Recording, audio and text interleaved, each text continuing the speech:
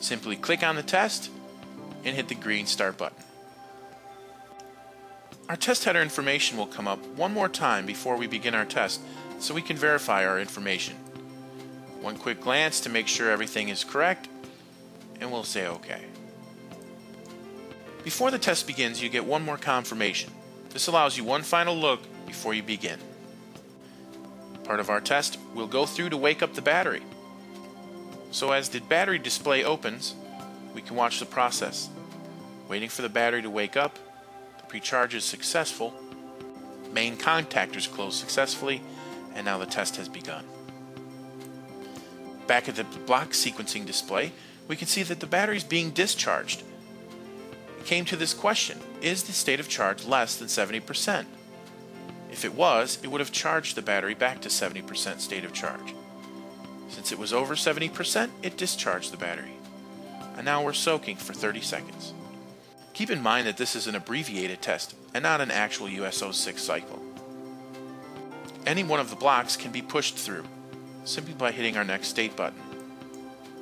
And now we have begun our USO6 cycle. You can see we are 1% complete, and it'll stay on this block until it is completed.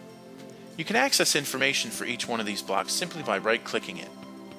You cannot edit or modify the test as it is running. A quick look at the battery display lets us see that the cycle has begun. We'll return to the block sequencing display and see that we have 14% completed already. At this time, I'd like to take you to our test manager to show you some of the advantages of our software. Please keep in mind that we have a full variety of security settings. Depending on the type of login that you have, you can limit the amount of changes that can be made to the test. You'll see as the test opens, it's laid out similar to Windows. Directories and subdirectories contain all the valuable information that makes the test work.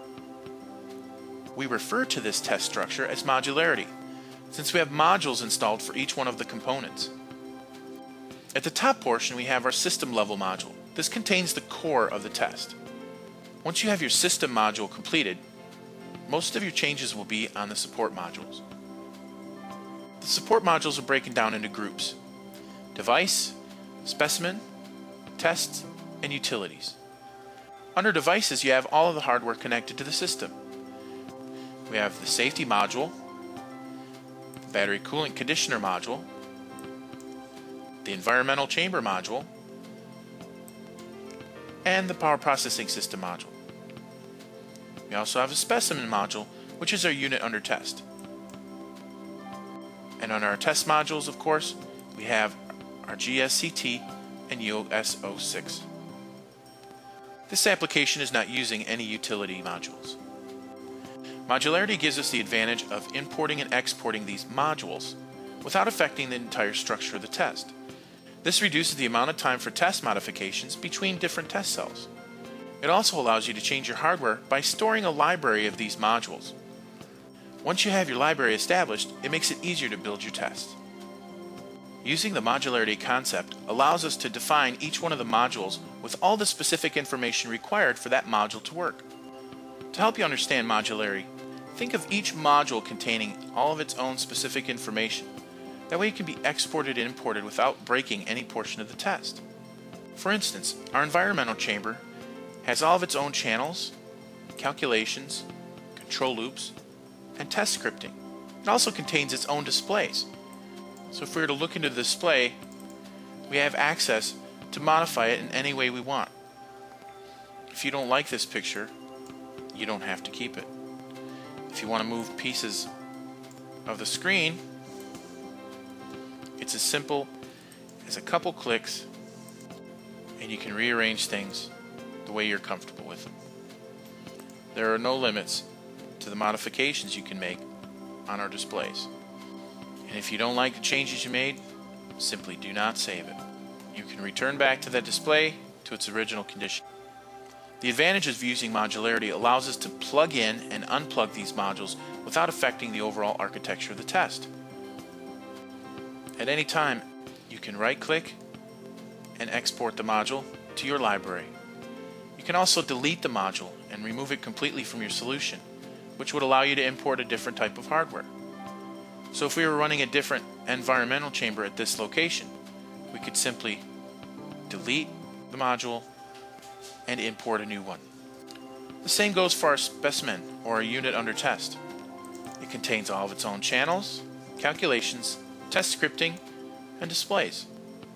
This is the battery screen that I've showed you before. So if you need to add information to this, it only takes a few minutes. The test modules are designed the same way. They have all of their own channels, calculations, and test scripting. The difference is that this is where we get to our block sequencing. The block sequence opens just like another display. And to add display objects, you just simply click on the shortcuts at the top. If I wanted to add a decision loop, it's as simple as a click.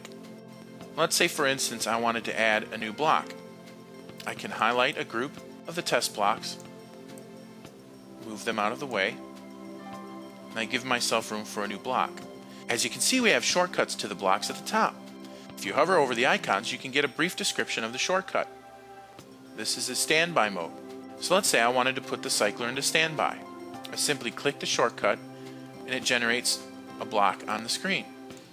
I then drag my block over my line and drop it in. If I right click the block and go to properties, I get access to the properties for that block. So it shows my function is to put the cycler into standby mode. I'll execute that function, choose apply, and now that's a portion of the test. Just like that, I have modified my test. Now if I needed to change my criteria or I wanted to charge my battery to a different point, I would simply change the question in my decision loop. The condition says, is my battery SOC less than 70? So I'll change that to less than 80. Then I have changed the label of my block. So now my question is the state of charge less than 80%? If it is, then I would charge it at C rate to 80%. Now my test will begin by charging or discharging the battery to 80% state of charge. You can change any of the background colors or the box colors. You can change the appearance of this display just the same as all your other displays. Now let's return to our test. As the automated test continues, you can monitor the values on your battery display, your cycler display, and also the environmental chamber and the battery cooling conditioner. And at the completion of our test, our automated reporting package opens up. It gives us a selection to choose the test that has just run or manually select data. We're going to select the data that was just run. So you can see our report package filters the data to pull out exactly what we want on our displays. The data reporting is also fully customizable. After closing the report, we can go through our displays and see that the battery has been turned back off, our environmental chamber is back off, and the cycler is in standby mode. Back to our main display, we can see the last few minutes of the test and also the current condition of the battery where we left it. 82.4% state of charge at the completion of the US06 test.